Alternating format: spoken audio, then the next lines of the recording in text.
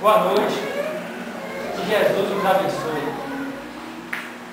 Jesus e a atualidade, parte 2, é o tema escolhido para hoje, tendo em vista que estudamos um livro, Jesus e a Atualidade, de Joana de Ângeles, ditado por Joana de Ângeles, e psicografia de Divaldo Franco, e dividimos esse pequeno livro em 4 partes, e falaremos hoje de uma delas. Hoje abordaremos 4 tópicos desse livro: desafio, reencarnação, humanidade e amor. Mas, antes disso, é importante perceber e constatar que o livro, a introdução do livro coloca isso, que alguns estudiosos eles já indicam para o tratamento de pessoas esquizofrênicas a temática cristã, como por exemplo a caridade, o perdão e o amor, mesmo estes estudiosos não sendo religiosos. Eles acreditam que a temática cristã, elas são muito eficazes na terapia desses pacientes. E Jesus realmente, ele, impregnado pela força divina, ele, por onde andava, por todos os seus passos, transmitia isso, sempre convidando os ouvintes, os seus ouvintes, a buscar o reino de Deus, que não está longe, está dentro de cada um de nós. Então, ele sempre incentivava isso, que cada um buscasse esse reino de Deus que está aqui dentro e que nós precisamos descobrir. Então, através de sua metodologia, ele incentivava essa busca nas pessoas. E qual a metodologia do Senhor Jesus? O Cristo. Ele era realmente um narrador extraordinário, um poeta único, tanto que seus ensinamentos eternizaram-se e são reconhecidos até hoje como um dos mais belos. Daí o tema do livro Jesus e a Atualidade. Jesus é sempre atual. As pessoas que ouviam Jesus, e Joana relata isso, elas ficavam impregnadas pela energia incomparável dele, que nós sabemos durante a doutrina espírita como sendo a áurea. Há quem diga que a áurea de Chico Xavier alcançava 100 metros. Então, a 100 metros do centro espírita que ele atendia, as pessoas já sentiam essa energia boa. Então, Jesus realmente tinha essa energia, essa força incomparável. E as pessoas ficavam impregnadas por isso. Um exemplo muito vivo desses ensinamentos atuais de Jesus é o Sermão da Montanha, que é um tratado, um desafio da não violência, muito propício para aquela época e continua sempre atual, inclusive para os nossos dias de hoje. Mas o livro Jesus e a Atualidade, um livro, de certo modo, não muito recente, desde a década de 80 que ele existe, ele traz 20 temas contemporâneos que estão presentes e que estão presentes em nosso dia a dia. E Joana tenta explicar esses temas contemporâneos através da terapia e da conduta de Jesus. Ora, se nós buscamos o Evangelho, se nós buscamos os ensinamentos de Jesus, que são sempre atuais, nós vamos sempre encontrar respostas para algumas ou muitas de nossas angústias. O objetivo do Evangelho de Jesus, da atualidade de seus ensinamentos, é justamente nos trazer a paz, o conforto, a felicidade. É para isso que Jesus veio. E o livro tenta abordar isso. Mas o primeiro tópico, desafio, Jesus e desafio, é muito importante. A psicologia de Joana vai fundo nesse tema. E é um processo que nós devemos analisar com muita calma. Qual o nosso maior desafio? Qual o desafio colocado por ela? E que é embasado naquilo que Jesus nos ensinou. Primeiramente, todos nós, a humanidade como um todo, que vive nesse planeta de provas e expiações, nós todos estamos muito acostumados ainda às vibrações muito fortes no campo das sensações físicas. Estamos muito ligados ainda ao prazer. E quando a dor nos visita, os problemas chegam, nesse momento de sofrimento, nós vamos buscar, vamos querer experimentar sensações novas, diferentes. Nós vamos clamar por percepções elevadas. Para quê? para que essa nossa dor, para que esse nosso problema possa ser diminuído, suavizado, melhorado. Daí aquele jargão espírita. Nós vamos conhecer o Espiritismo ou pela dor ou pelo amor. E geralmente é pela dor.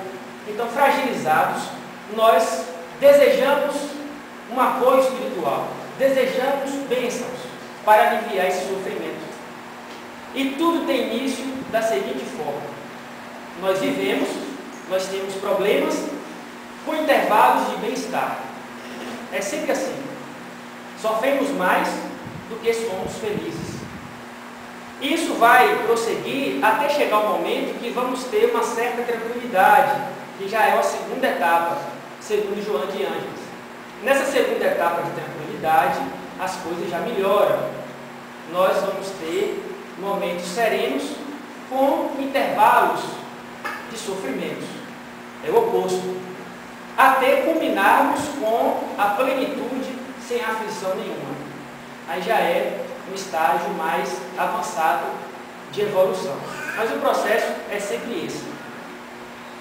Mas estamos ainda anestesiados pela necessidade do prazer, apenas do prazer. E essa necessidade vai nos levar a uma mesmice, a uma saturação. É sempre assim. Saciamos, saturamos. E essa saciação vai nos levar a um estágio posterior de tristeza, de tédio.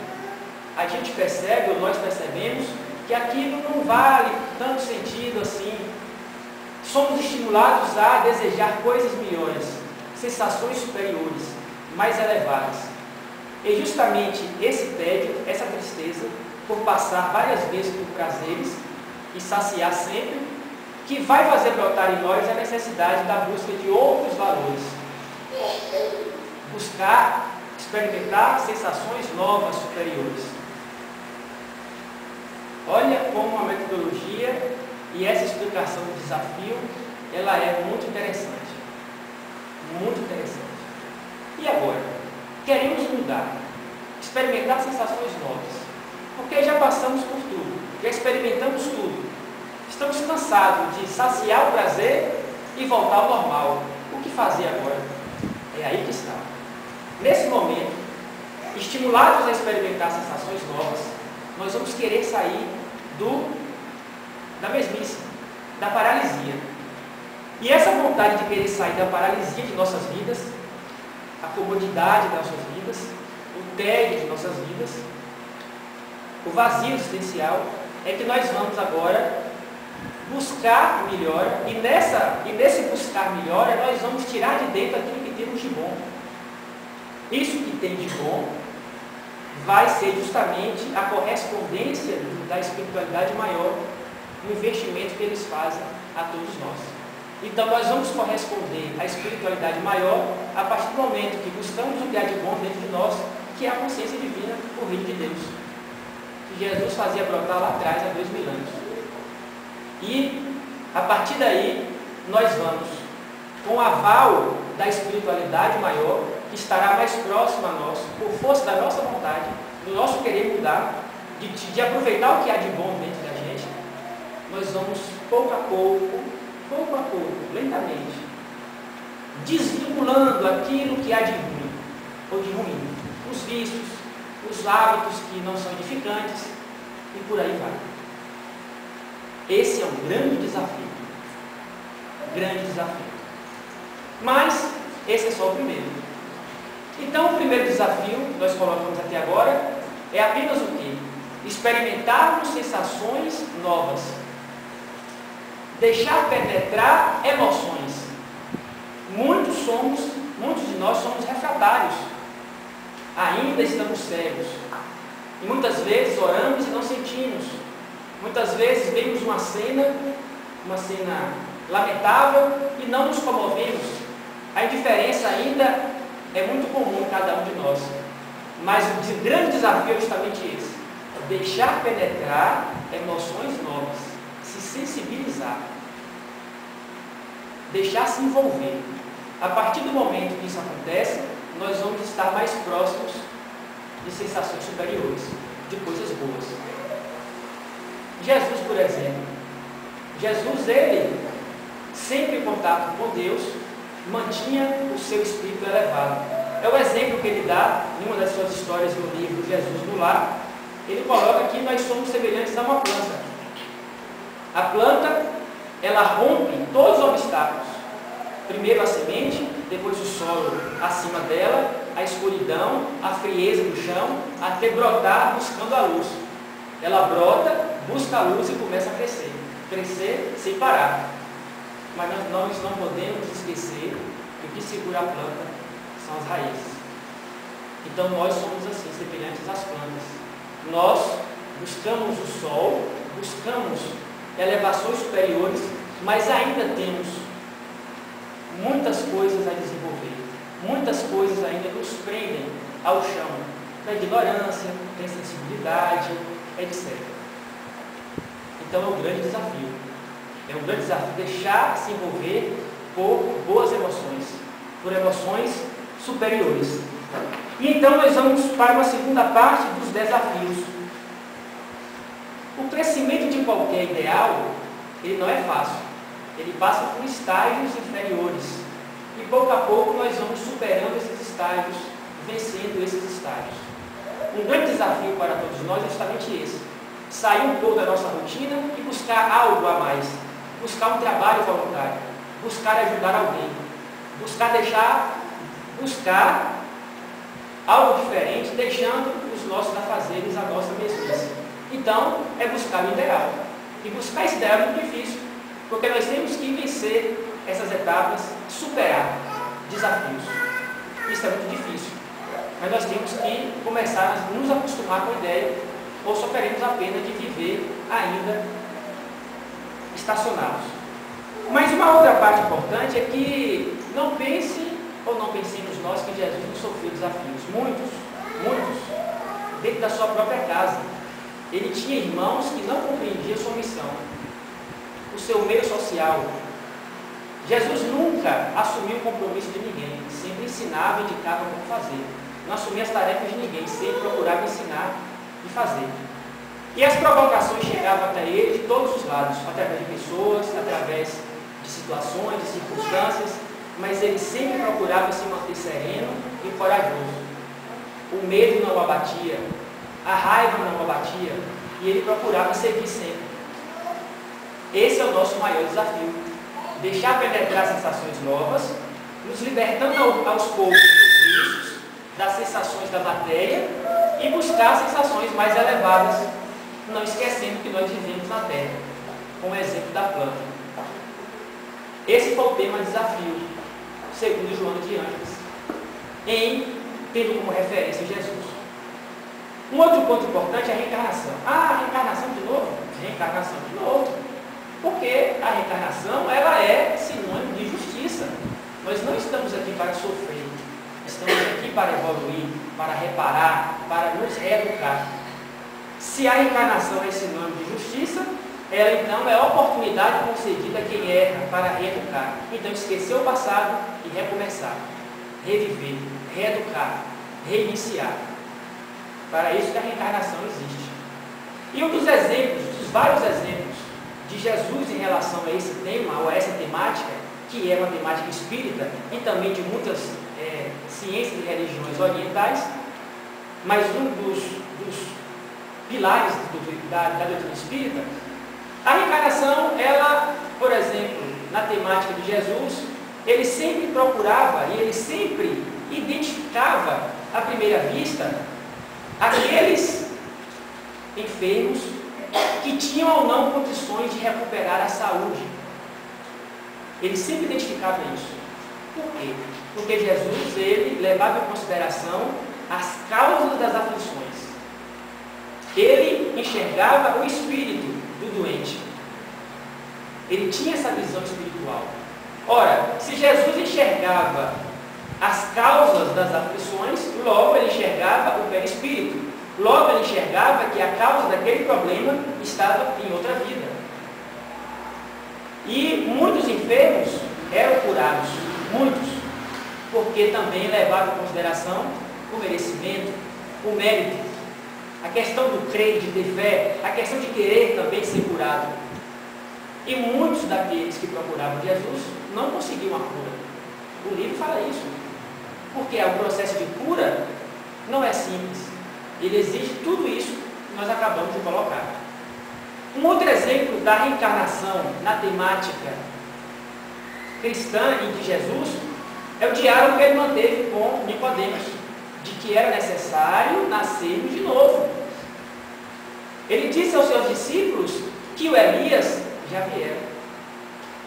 Tudo isso são exemplos bem fortes de que a reencarnação estava na temática cristã, e está na temática cristã, e Jesus demonstrava isso através de seus ensinamentos.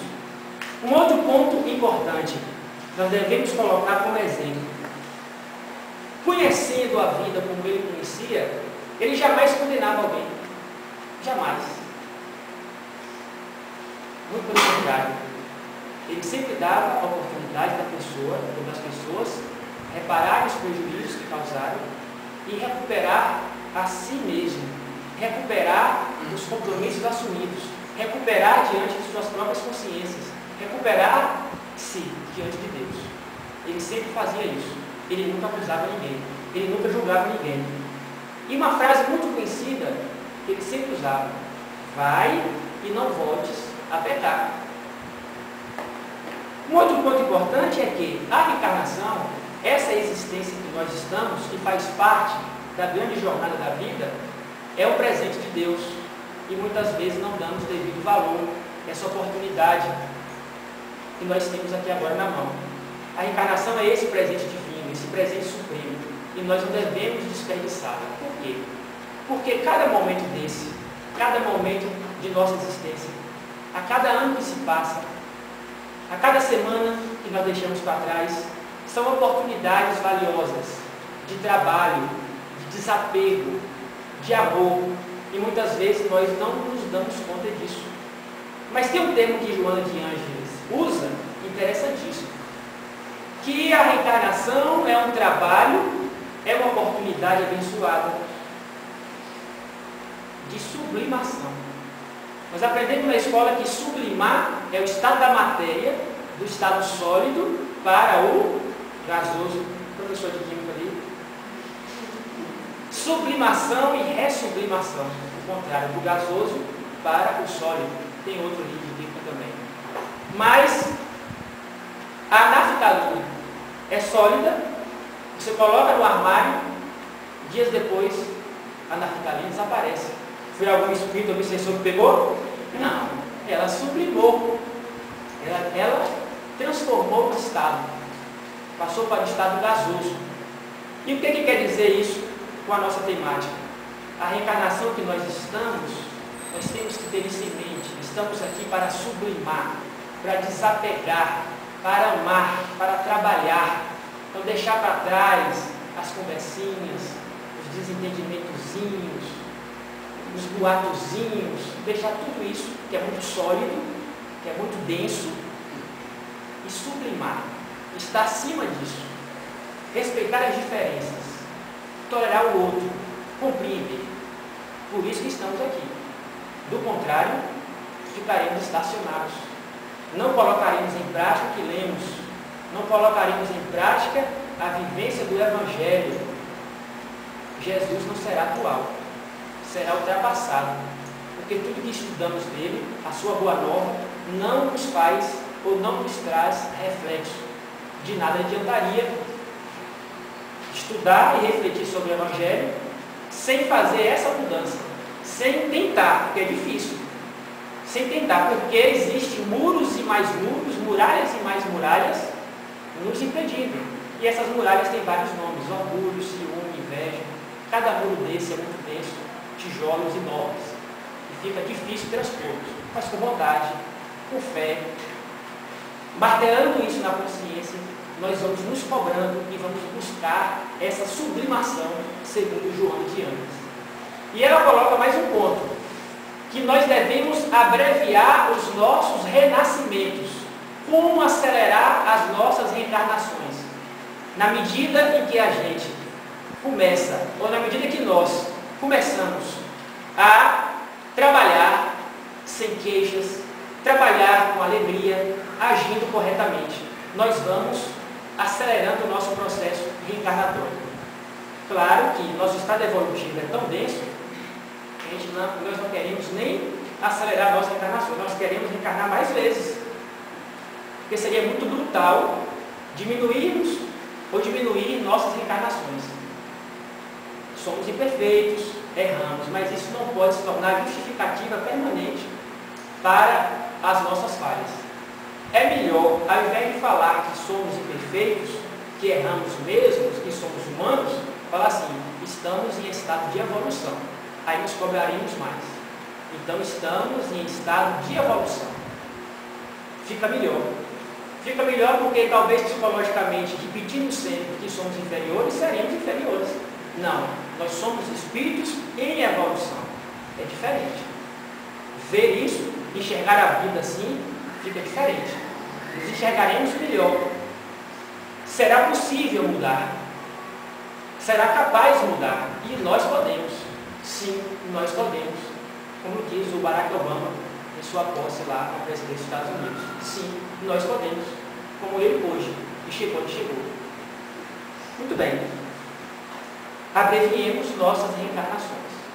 Um outro ponto importante é a questão da humanidade. Como a humanidade nasce com Jesus, o sentido de humanidade, a noção de humanidade. Muitas vezes as leis da terra, as normas, nos tornam pessoas muito frias no trato com o outro. Mas Jesus veio justamente para tornar isso diferente. Ele veio humanizar o homem. Essa foi a sua função. A sua vida foi um modelo de humanização. Então ele deixou vários exemplos. O exemplo de Jesus faz nascer um novo homem na terra. Um homem diferente, um homem humilde, simples, convicto das questões espirituais. Esse foi o maior exemplo que ele nos deixou de humanidade. Coisas simples, humildes e convictos do que queremos. Convictos de que vivemos aqui, mas que existe um mundo espiritual, que existem valores a serem buscados. E ele, por exemplo, utiliza-se do grão de mostarda para nos ensinar sobre a fé. Ele utiliza da rede de pescador para nos ensinar sobre o trabalho. Coisa simples. Ele se utiliza dos diferentes tipos de solo na parábola das parábolas, que é a parábola do semeador, para nos mostrar que existem vários tipos ou diferentes sentimentos humanos. O Sermão da Montanha também foi um outro exemplo desse homem simples, humilde e convicto das questões espirituais que foi Jesus, desse espírito novo divino. O Sermão da Montanha ele ressalta, ele é uma carta magna, ou melhor, ele é, o Sermão da Montanha, uma declaração muito direta, em que ressalta aquela vítima, a vítima inocente. O Sermão da Montanha, ele faz valorizar a pessoa que é carente, o espírito que é humilde e que é necessitado de amor de verdade. O Sermão da Montanha.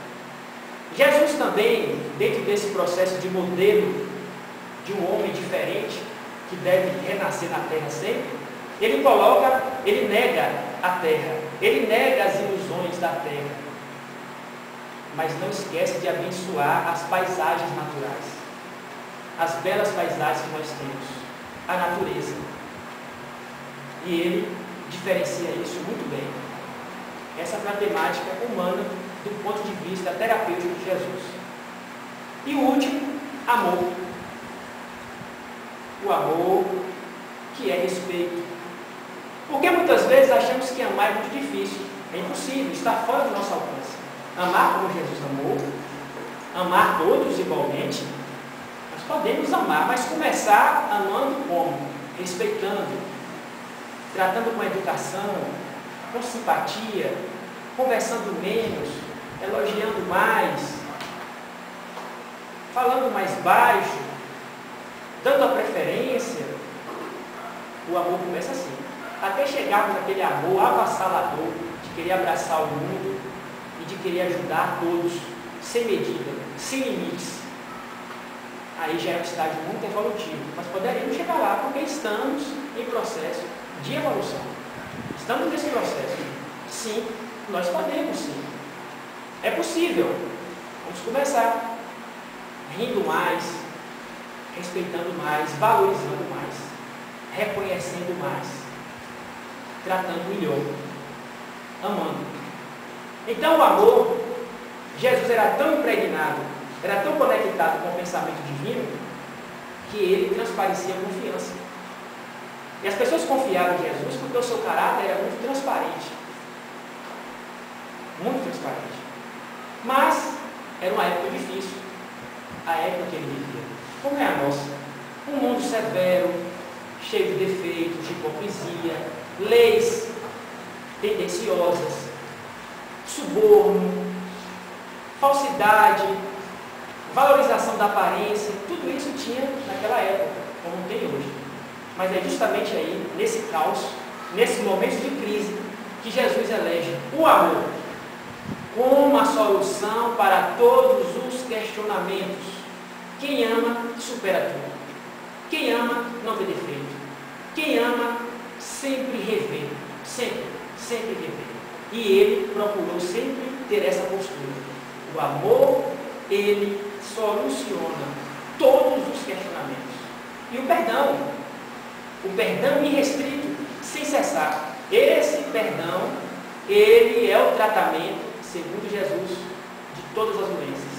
Quem perdoa não adoece. E ele sempre procurava dar a sua opinião, combatia a injustiça com coragem, mantinha-se sempre pacífico, paciente, jovial diante dos problemas, sereno nas dificuldades. Ele sempre procurava ter essa postura, sempre, a todo momento. E, para encerrar a questão do amor, ele ensinava por palavras, mas principalmente pelas suas atitudes, que eram sempre atitudes respeitosas e baseadas na franqueza, no bom tratamento, na clareza. Agora, Jesus tratava sempre, a todos igualmente, mas tinha um carinho especial por aqueles detestados, pelos infelizes, pelos carentes, pelos necessitados. Tratava bem a todos, mas esses aí eram quem mais precisava dele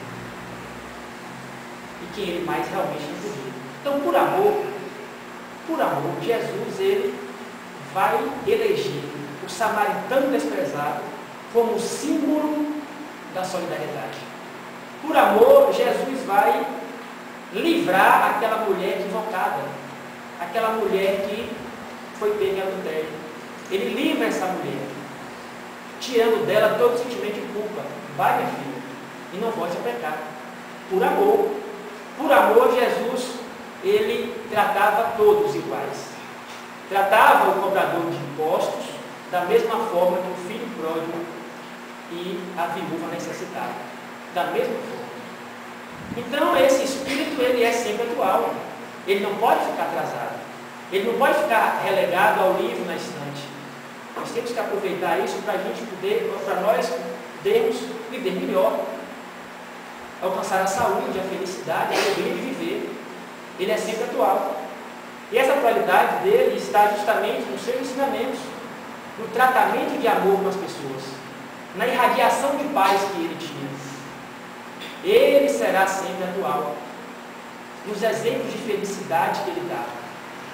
E esse Espírito não está crucificado, ele está descrucificado ao nosso lado, companheiro, dentro de cada um de nós.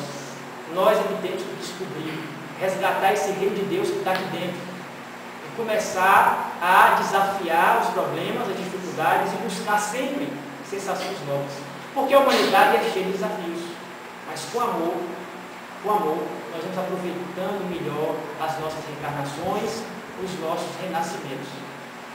E quando tivermos um problema, quando estivermos passando por dificuldade, vamos nos perguntar sempre: o que Jesus faria em meu lugar?